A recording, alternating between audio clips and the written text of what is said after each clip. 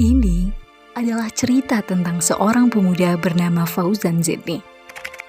Di tahun 2018, film yang dia produseri berhasil mendapatkan penghargaan sebagai film terbaik dalam Festival Film Indonesia.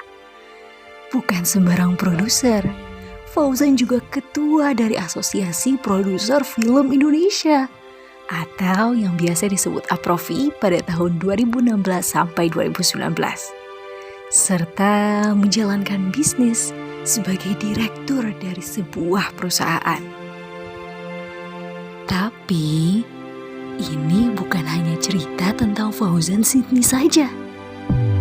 Ini juga cerita tentang seorang Serikandi bernama Nida Ulhak, alumni muda Rumah Kepemimpinan yang menemukan dunianya di bidang data science.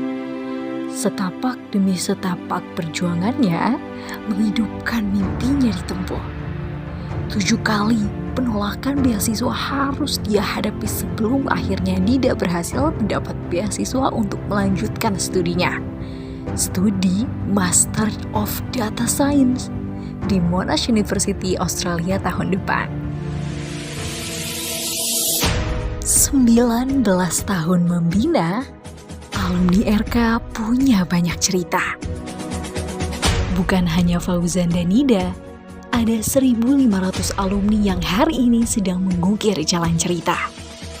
Ada di berbagai sektor dan tersebar di berbagai wilayah di seluruh dunia. Dalam perjalanannya, banyak proyek inspiratif yang diinisiasi oleh para alumni Rumah Kepemimpinan. Rintisan-rintisan bisnis yang mulai meraksasa.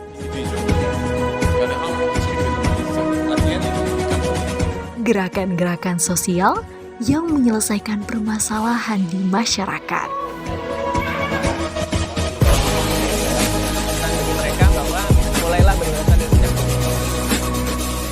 Hingga karya-karya intelektual yang menjadi aset untuk bangsa.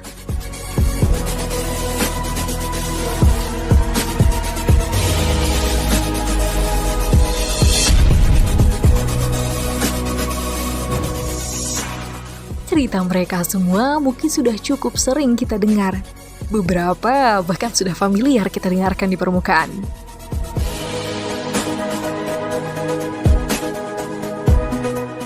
Tapi, tahukah kamu, cerita alumni RK bukan hanya cerita tentang mereka.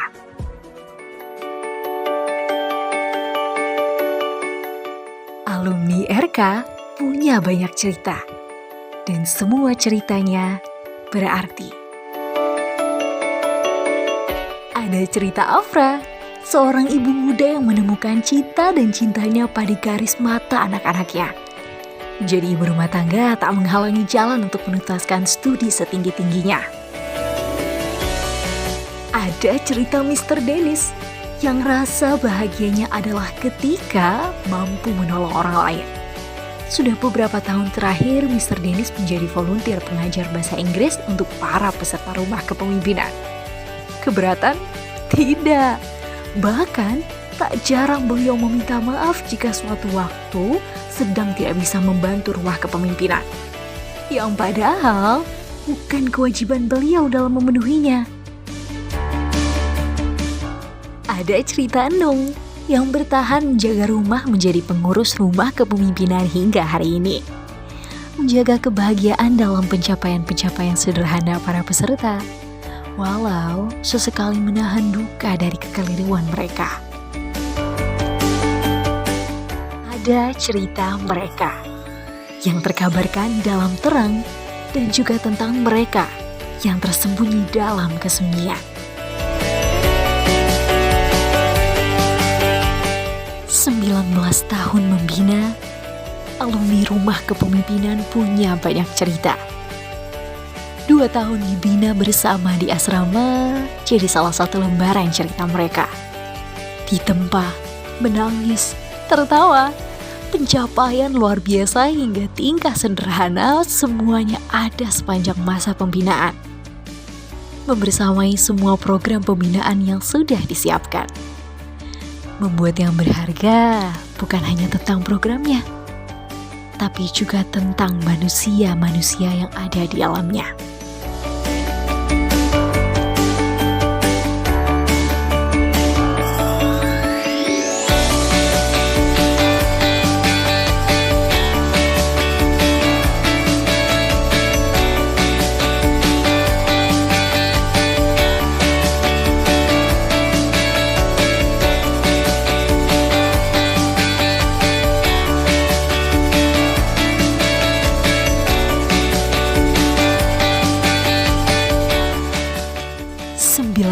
Tahun membina, alumni Rumah Kepemimpinan punya banyak cerita.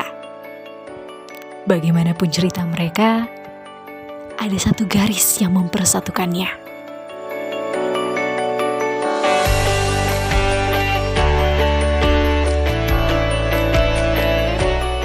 Karena dimanapun dan seperti apapun cerita mereka terukir hari ini dan seterusnya, ada satu paragraf utamanya. Terbentuknya Indonesia yang lebih baik dan bermartabat, serta kebaikan dari Allah Pencipta alam semesta.